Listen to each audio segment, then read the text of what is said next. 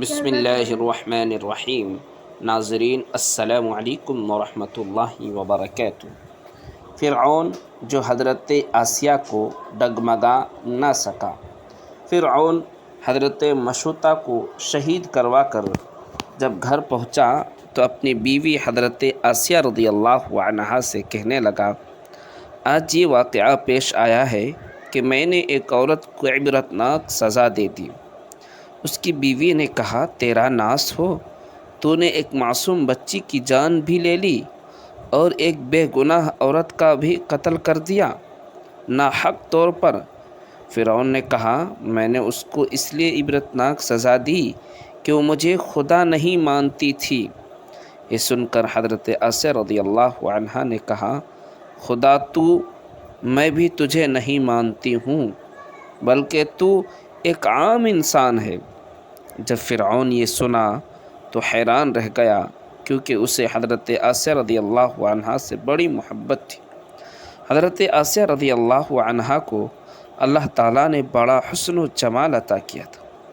فرعون نے اسے پوری قوم کی عورتوں سے چن کر اس کے حسن کی وجہ سے اپنی بیوی بنایا تھا۔ اس وجہ سے وہ اس سے بڑی محبت کرتا تھا۔ چنانچہ فرعون کہنے لگا، تم کیسی باتیں کر رہی ہو؟ وہ کہنے لگی، میں بالکل ٹھیک کہہ رہی ہوں کہ تو جھوٹا ہے۔ پروردگار تو وہی ہے جس کا پیغام لے کر حضرت موسیٰ علیہ السلام تشریف لائے ہیں۔ فرعون نے یہ بات سنی تو اسے بہت غصہ آیا، لہٰذا کہنے لگا کہ میں تمہارا بھی وہی حشر کروا دوں گا جو میں نے مشاطہ کا کروایا ہے۔ وہ کہنے لگی، تو جو چاہتا ہے کر لے، میرے ساتھ میرا پروردگار ہے۔ اب میں نے فیصلہ کر لیا ہے کہ میں اپنے پروردگار کو نہیں چھوڑ سکتی، البتہ تیری ہر چیز کو لات مار سکتی ہوں۔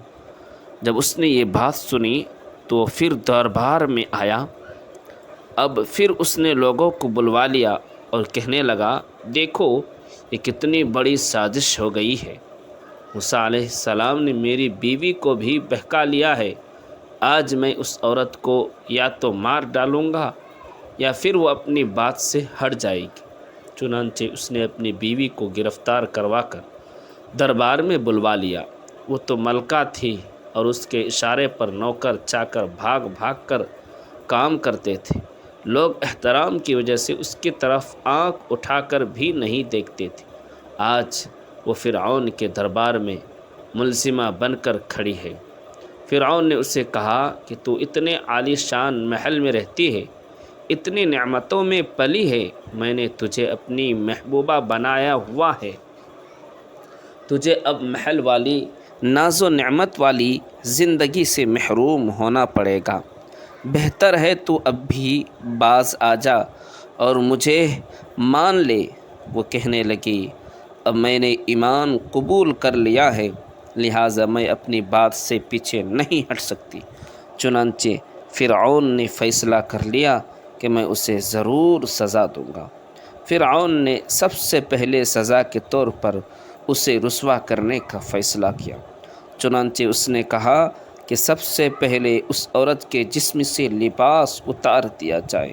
اب بتائیے، کسی مرد کو کہا جائے کہ تجھے لوگوں کے درمیان بے لباس کر دیں گے، مرد کو کتنی شرم آتی ہے۔ وہ چاہتا ہے کہ زمین پھٹ جائے اور میں اندر اتر جاؤں۔ وہ تو بالآخر عورت تھی، اور عورتوں کے اندر تو اللہ تعالیٰ نے شرم و حیا رکھی ہوتی ہے۔ فرعون نے اس کے جسم سے لباس اتروا دیا۔ آپ سوچئے کہ وہ اب کتنی عجیب صورتحال کا شکار ہے۔ ایک طرف ایمان ہے، دوسری طرف امتحان ہے۔ وہ ڈٹی رہی اپنے ایمان پر۔ فرعون نے کہا، اچھا اگر اب بھی نہیں مانتی تو میں تجھے اور طرح کا عذاب دوں گا۔ چنانچہ فرعون نے کہا کہ اس کا منہ میرے محل کی طرف کر کے لٹا دو، تاکہ آخری وقت بھی نگاہیں اس کی میرے محل پر لگی رہے اور اس کے ذہن میں یہ بات رہے کہ میں ان نعمتوں کو ٹھکرا کر ذلیل و خوار ہو رہی ہوں، مر رہی ہوں۔ لہٰذا اسے فرعون کے حکم کے مطابق لٹا دیا گیا۔ اس کے ہاتھوں اور پاؤں میں لوہے کی کیلا گاڑ دی گئی تاکہ ہل نہ سکے اس کے بدن سے خون کے نہریں جاری ہو گئی۔ اس کے بعد فرعون نے لوگوں کو بلا کر کہا کہ اس کے جسم سے کھال کو جدا کرنا شروع کر دو۔ اب بتائیے کہ وہ زندہ عورت اور اس کے جسم سے کھال اتاری جا رہی ہے، نازک بدن ہے مگر اس کو برداشت کر رہی ہے، اسے اللہ کے نام پر تکلیف دی جا رہی ہے، اس طرح اس کے جسم سے کھال اتار دی گئی۔ اللہ کی شان دیکھیے کہ وہ ابھی تک زندہ تھی مگر جسم زخم بن چکا تھا۔ فرعون کا دل اب تک ٹھنڈا نہیں ہوا تھا، چنانچہ وہ کہنے لگا، مرچی لاؤ اور اس کے پورے جسم پر چھڑک دو۔ حضرت آسیہ رضی اللہ تعالی عنہا کے جسم پر مرچی ڈال دی گئی تو وہ مچھلی کی طرح تڑپنے لگ گئی۔ اس تڑپنے کی حالت میں انہوں نے رب العزت کے حضور ایک دعا مانگی، اے اللہ، فرعون کا محل سامنے ہے، وہ کہتا ہے کہ ہم نے تمہیں اس محل سے نکال دیا ہے، آج کے بعد تم اس محل میں نہیں جا سکو گی، اس لیے رب ابن لی عندک بیتن فی الجنہ، اے پروردگار مجھے اس محل کے بدلے میں جنت میں آپ کے پاس ایک گھر چاہیے، وَنُنَجِّنِي مِن فِرْعَوْنَ وَعَمَلِهِ وَنَجِّنِي مِنَ الْقَوْمِ الظَّالِمِينَ، اور مجھے فرعون اور اس کے